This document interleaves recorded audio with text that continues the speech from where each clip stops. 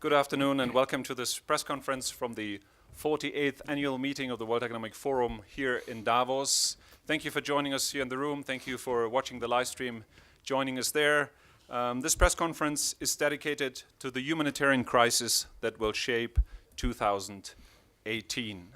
I'm joined by my immediate left by Peter Maurer, who's the president of the International Committee of the Red Cross, ICRC, and to his left by Heba Ali, who's the director of IRIN News. And we will be shortly joined on the panel by Sara Pantuliano. She's the managing director of the Overseas Development Institute. She's making her way right now from the Congress Center through the snow to be with us. So thank you for your patience. As I said, she'll join us in a second. But without further ado, Peter Maurer, let's start. The humanitarian crisis that will shape 2018. In the preparation and the conversations we had for this press conference, I learned that basically the crisis that we've seen with the Rohingyas could have been prevented to a certain extent. At least it was not a complete surprise, is what I learned, which surprised me in turn, because when you read the news as a normal reader, as a normal audience, you might not have been familiar with that situation. What are the major crises that your organization is preparing for to deal with in 2018? Well, good question. It allows me maybe to start and say if the crisis of the Rohingyas could have been prevented, it's a little bit preposterous to say that it could have been prevented at a certain moment. We are concerned with a lot of fragile contexts which have the potential to unfold into full-fledged conflict, but you rarely know when the degradation and the spiral will happen. And so my first point here this afternoon is a little bit that let's not fool ourselves. As a humanitarian organization, we have to be prepared to crises erupting wherever they erupt and to respond quickly to those crises. And in many of the places where we see fragile contexts at the brink of war and violence and disruption, this goes from southern Philippines to Myanmar, to Afghanistan, to the Middle East, to large parts of Africa. We see fragile contexts, but we don't know which one will eventually blow up in our face. A lot depends also, as everybody knows, success breeds success and failure breeds failure. Successful negotiations around one of the conflict can suddenly take a conflict away from primary humanitarian concern and move it to more long-term peace building and developmental concern, while failure to do so may further escalate in a surprising way some of the conflict. So I'm not here to tell you what happens tomorrow. What may be 3 or 4 recurring issues from the front line of conflicts which will certainly shape 2018, I wanted to mention them. First, you have seen us talk a lot in the context of Syria, in the context of Yemen, in the context of Ukraine, about urban warfare and war and violence moving into cities. This will continue. This trend is most likely to continue and will challenge us as humanitarians in terms of reconstruction and rehabilitating urban environments, which is of a particular challenge, because in urban environments with little impact, you have big effect in the positive and in the negative. If you manage to re-establish the water distribution system in Taiz, Yemen, you touch 1 million people. That's big. If you bomb the water distribution system in Taiz, you touch 1 million people. So we are focusing particularly in some of those grave conflicts in 2018 on rehabilitating and stabilizing urban situations, either in trying to prevent further escalation of violence or to cope with some effects of violence. Second, I'm just back from Sudan and Central African Republic, where I spent the first 2 weeks, 10 days of the year. And it is obvious from, and speaking here in Davos, that one of the big issues for humanitarians is to encourage those who are not classical humanitarians to come on board and to step up to the plate in terms of finance and support for other than humanitarian activities. Let me be clear. When I look at some of the camps of displaced people from Darfur to South Kordofan to Central African Republic, there is a potential of people helping themselves, women rallying other women to self-help groups. It's about refugees starting own businesses. But in all of what they try to do and what they do, they are very often left alone. And I think one of the big issues is how can we encourage, ask, demand from the wealthy business community worldwide to embrace and to support business activities by vulnerable displaced people. And this will fundamentally change the way we do humanitarian work. And I have continuously thought this is a place where we need to work together with the business community, because we have insights and intelligence into the drivers of fragile communities. And the business community has the money, the skills, and the knowledge to support business activities of fragile people.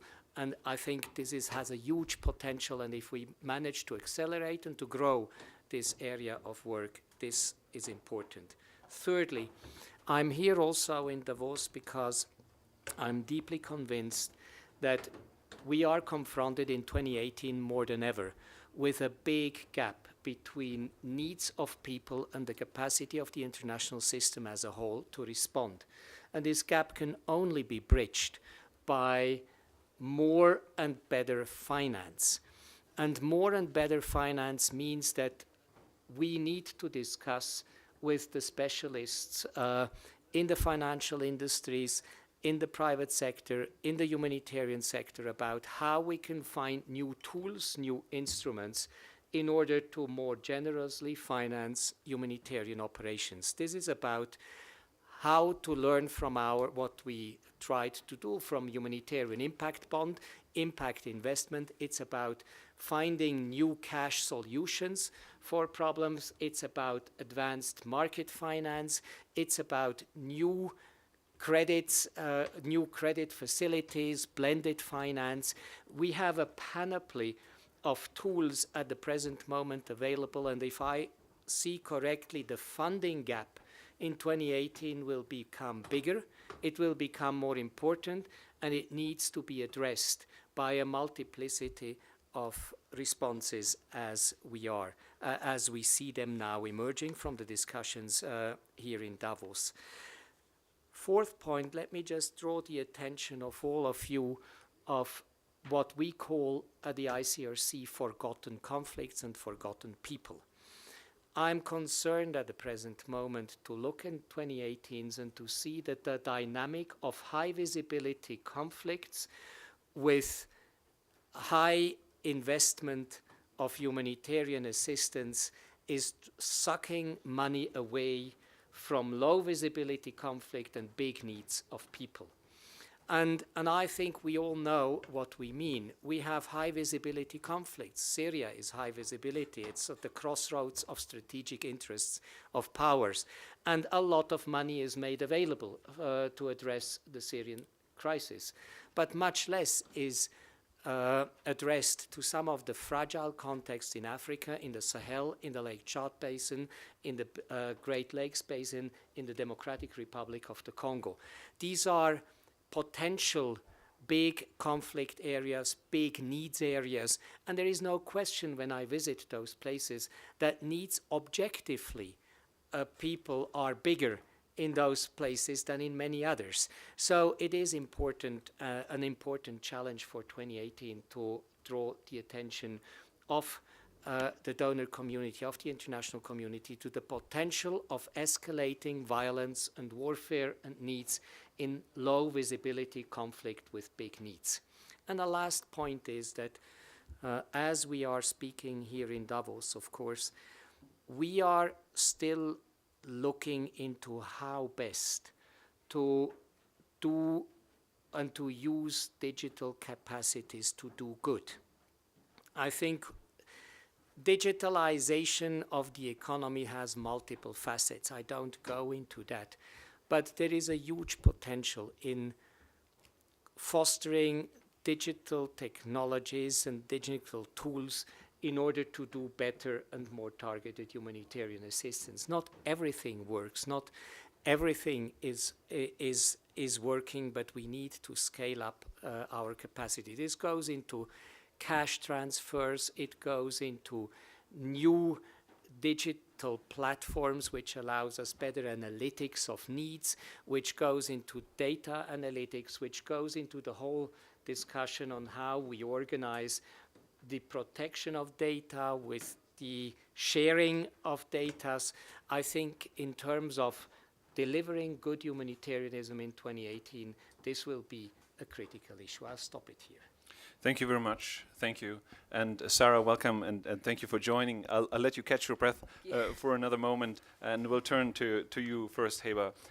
As a director of ERA News, I'll be a little bit unfair now to you, because obviously you are focused on humanitarian issues and you are covering them. But Peter Maurer mentioned the importance of forgotten conflicts and visibility. What are the mechanisms that turn your media colleagues to cover an event, and what do you think will the big media stories be in that field in 2018, if you will? Yeah, for those of you who don't know, IRIN, we're a news service that is dedicated solely to covering humanitarian crises from the field. And I think we are freed from some of the restraints or pitfalls that other media face because we're a nonprofit news organization, because we're independent, because we don't have that commercial driver. And so that allows us to pursue some of the stories that other media may want to but cannot in at least the same level of depth or breadth. And I think because of the budget cuts we've seen in the media industry over the last few decades, many, as you know, media organizations have had to cut foreign bureaus and thus prioritize coverage of crises to those that, as Peter mentioned, are more geopolitically relevant, are of strategic interest to particular countries, where the story behind the crisis is more compelling, plays better on TV, where the victims are people that we can relate to, or the destinations, popular tourist locations. So I think there's a lot of factors that play into whether a coverage gets more crisis gets more coverage or not. And one of them, frankly, is access of the media, particularly in a landscape where crises are getting more complex, more actors involved, and even aid workers are struggling to reach the people in need, let alone journalists coming from the outside. I think what allows us to be a bit different is our model is one based on a network of local correspondents on the ground. We're not parachuting people into crises, but we're there before a crisis even begins, and that gives us a certain vantage point to be able to foresee into the future. And I think maybe just to pick up on what Peter questioned off of the top about whether the Rohingya crisis was predictable. We've been raising an alarm about the Rohingya since 2008, when tensions really began in Myanmar. And since then, repeatedly, we've been saying there are issues here that will get worse and worse if not addressed, and now everyone knows where we stand today. So it's not to say that, of course, an aid worker is faced with a number of different crises around the world, and it's hard to prioritize with limited resources, but it is to say that many of the crises that we see today begin as human rights crises, as tensions, and the warning signs are clear. I think often at least for us on the ground, we're seeing this and we're communicating it. Early warning exists, early action doesn't always follow for a number of reasons. So from our vantage point, I think 2018 looks quite grim for a few reasons. The impact of climate change, I think, is becoming much more tangible, and we're seeing that particularly for small island states last year in the Pacific and in the Caribbean. The global refugee crisis is entering a new and I think much more challenging phase when we talk about long-term solutions and options for integration. And as the scale and complexity of crises grow, the financing, as Peter mentioned, available to respond to them, but more importantly, the political will that exists, particularly today, is certainly in question. let alone the fact that we're seeing an increase in breaches of the rules of war that mean that this is only likely to increase over the coming year. So I suppose apart from the big stories that you're all following closely, the ones that keep us up at night are the Burundis of the world, are the Central African Republics of the world, are the South Sudans of the world. And I wanted to zero in on the Democratic Republic of Congo in particular, because I think that's one where 2018 is likely to be a moment in which it explodes even further than it already has. Over the last year, it has been slipping further and further into humanitarian catastrophe. You have a situation where not only are we seeing new waves of violence in resistance to President Joseph Kabila's refusal to step down, but we have long-standing intercommunal tensions, you have food insecurity, you have the world's largest displacement crisis, and you have increasing cutbacks on the money available for the humanitarian response, but also for the peacekeeping mission, in line with some of the cuts that the United States has made recently. So it's really a combination of quite a catastrophic set of factors, and our investigative unit recently uncovered a new wave of a campaign of rape by army soldiers against villagers in areas where they are fighting rebels. And we've heard really brutal stories of women being gang raped, 65-year-old blind woman gang raped to death. So really horrendous stuff that looks likely to increase over the coming years. So that's one that we're certainly watching, but one of many. Every year we produce an outlook on crises in the year ahead, which you can find on our website, that lists the top 10 that we're watching, as well as a map of the number of conflicts underway around the world today, and we're talking about more than 40. So to put things in perspective, the Syrias and Myanmars of the world are just two of many, many other crises that are brewing away under the surface. And I'll just close by mentioning that tomorrow evening we will be hosting an event, both IRIN and ODI, with the UN Under-Secretary General for Humanitarian Affairs. So for those of you who are looking for more detail on the humanitarian outlook in 2018, you're welcome to join us, and I'll have details here afterwards. Thank you very much, Sarah. I introduced you earlier as the Managing Director of the Overseas Development Institute, ODI. For those of you watching who are not familiar with the organization, it's the leading think tank on humanitarian issues. So clearly, you are looking at these topics as well. What are the potential crises, I say, for 2018 that keep you up at night?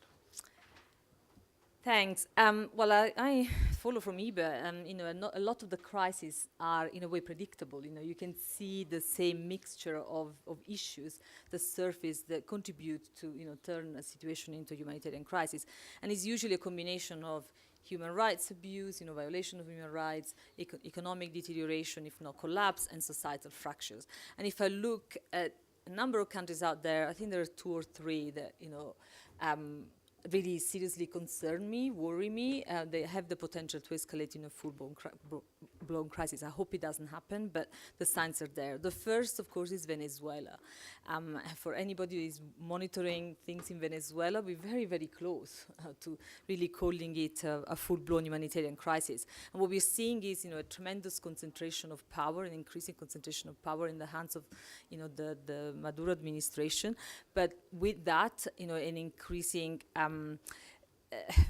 quite heavy-handed action against the opposition. We see arbitrary arrests, we see prosecutions, we see abuses reported, from security forces. These are, things that Human Rights Watch and others have documented. But also what we see in the streets is, severe shortage of medicines. We see an economic collapse of the country. We see people, sort of queuing for food. We've seen 36,000 people from Venezuela crossing into Ecuador.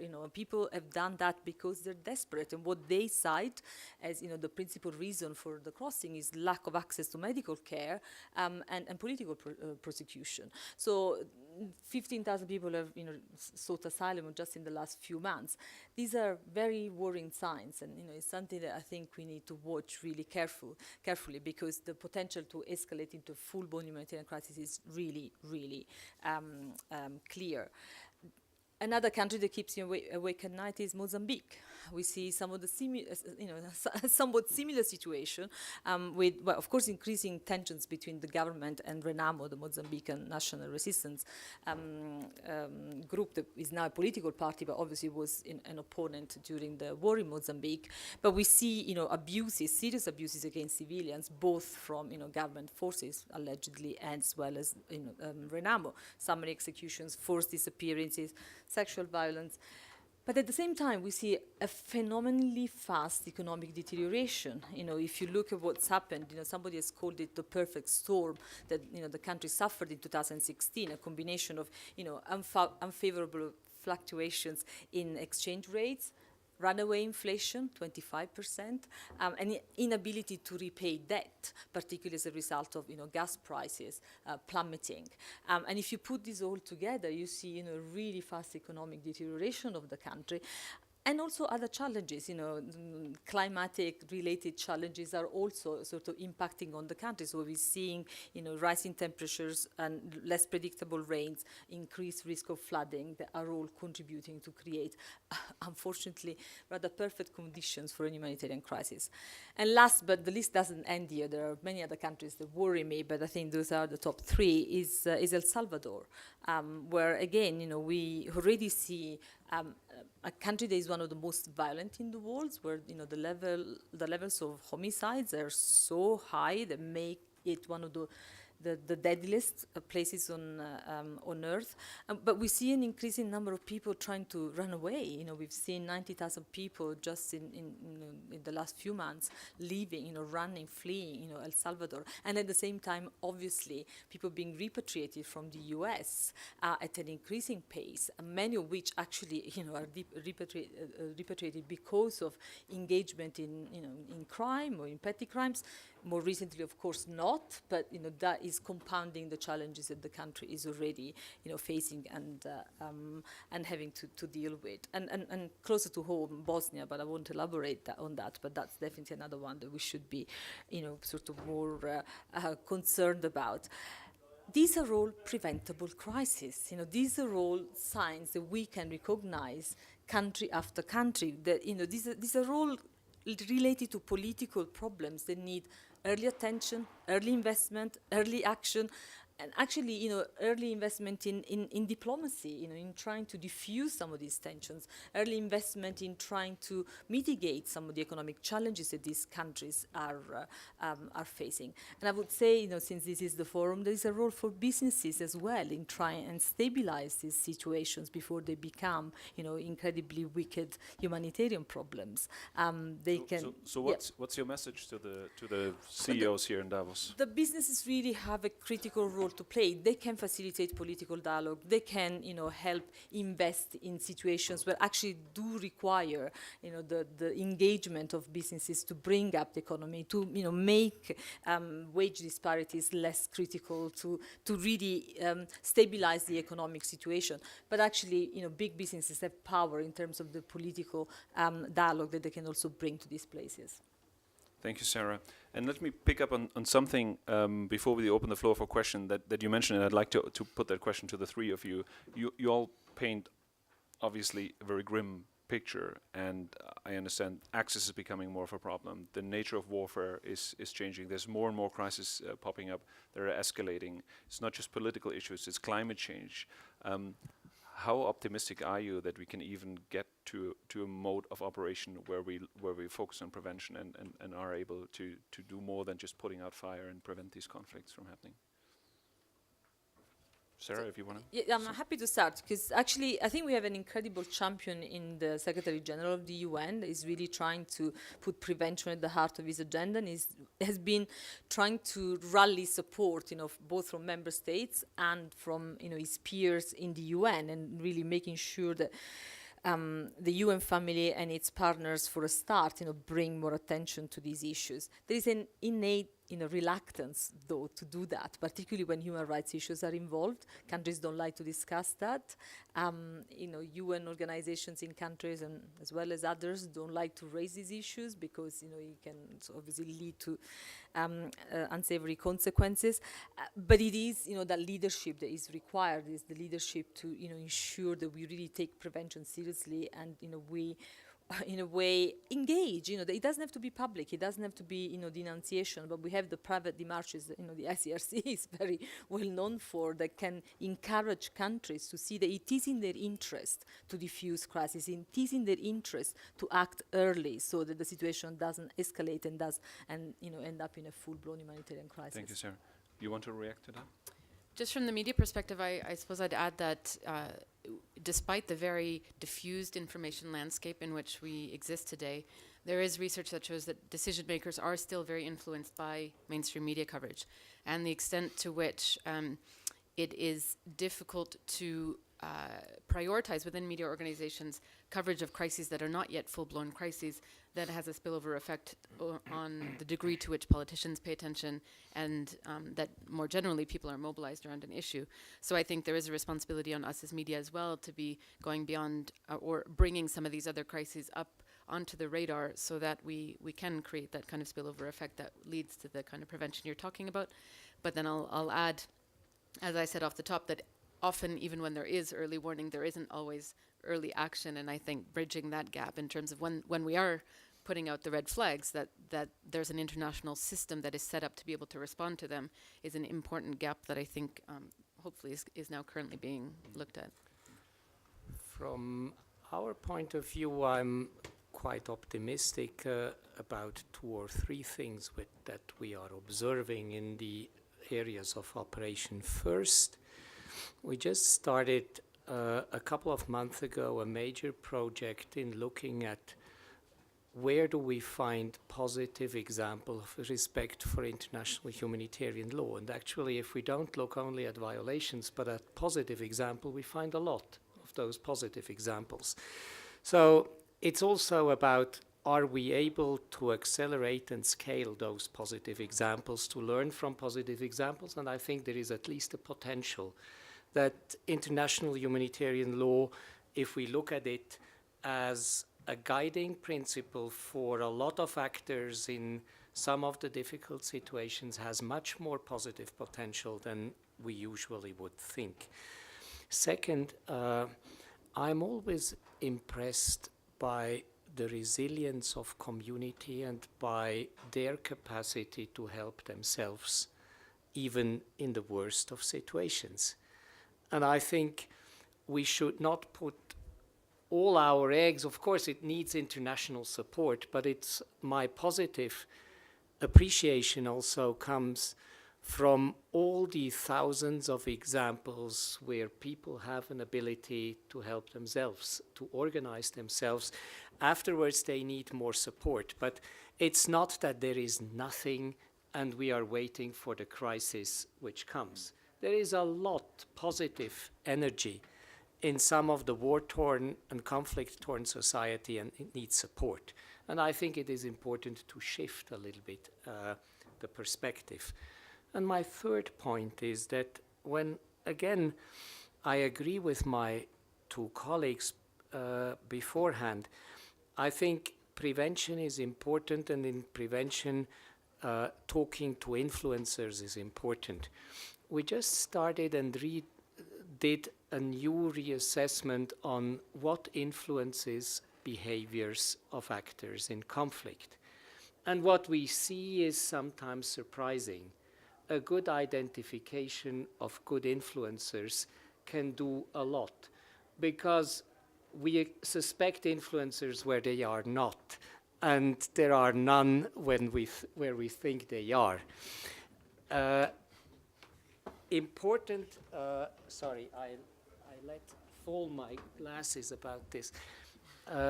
What I find very interesting is that influencers of behavior, positive behavior in tensions societies, is not hierarchical influence, but it's very often community-based influence, is religious leaders, its community leaders, its traditional leaders.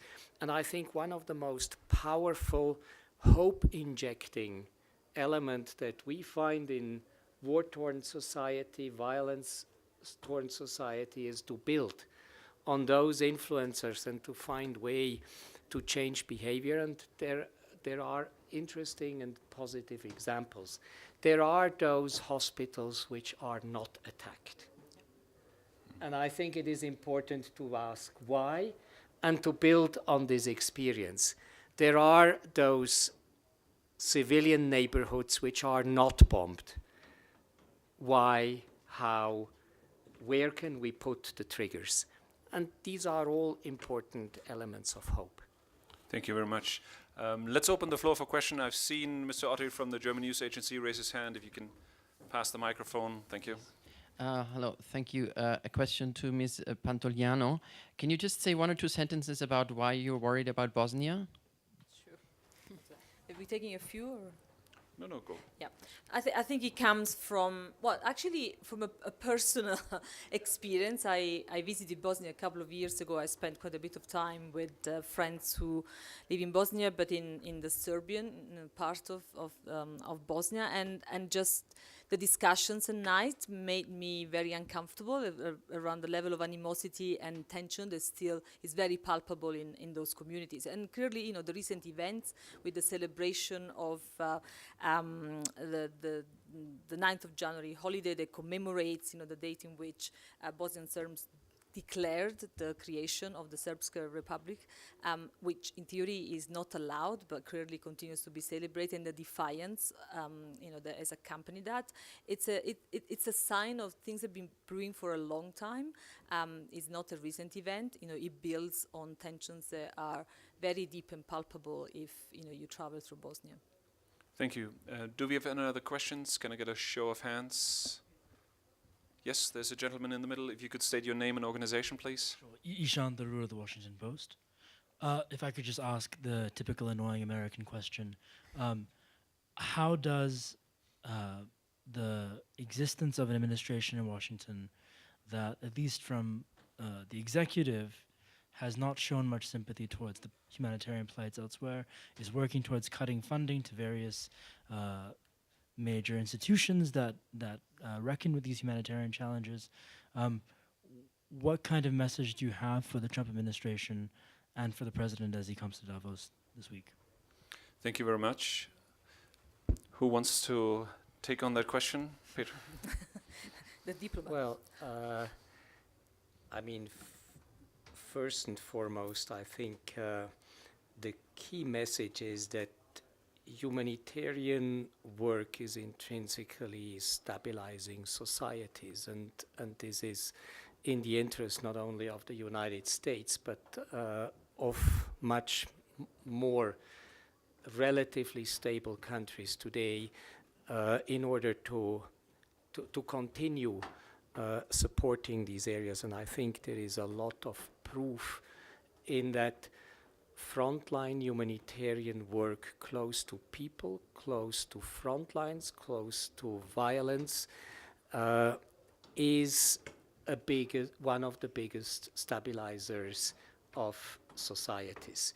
Most of the displacement happens in countries where there is war.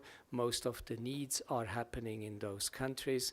The second largest tier of needs is in the neighboring countries of conflict countries. So there is a whole sort of case to make towards a political agenda in the United States that this is the most powerful and most effective stabilizing effect. My second point is to be very frank, that with regard to ICRC, the United States continued to generously fund our activity this year, and we hope that this will continue.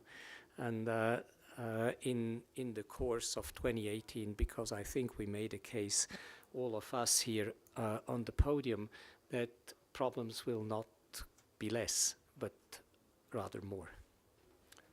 Do you want to add to that? We can leave it at that. Okay, so we'll wait for the speech by the president on Friday and hope he covers humanitarian issues there. Do we have any other questions in the room? The journalist was waiting for our speech to the president. Well, I'm not stopping you. I'm not stopping you. No. Do we have any other questions? But actually, there is Okay. an important point. I think that domestically there is a lot of support for the role that the U.S. has traditionally played in responding to humanitarian crisis. Perhaps there is less public support also from the supporters of if you want the base that the president enjoys for more kind of longer term development aid, but the American people are very proud of their record in solidarity and support in humanitarian crisis. So whilst obviously there are challenges to some of the funding that the US continues to provide internationally, I think this humanitarian response is probably one of those that we will see less challenged in this respect, because I think the president himself attaches importance to that. That said, we have actually done some analysis on the impact of U.S. funding cuts, and some of the big UN agencies like the World Food Program, like the UN Refugee Agency, where significant portions of their funding, and up to 25%, come from the U.S. government, could then face very serious limitations on the work that they're able to do. And our reporting had found that in 2017 there was less of an impact because that budget had been more or less protected, but that we could start to see the implications of that in 2018 and moving forward. And we've already seen on the peacekeeping side some of that.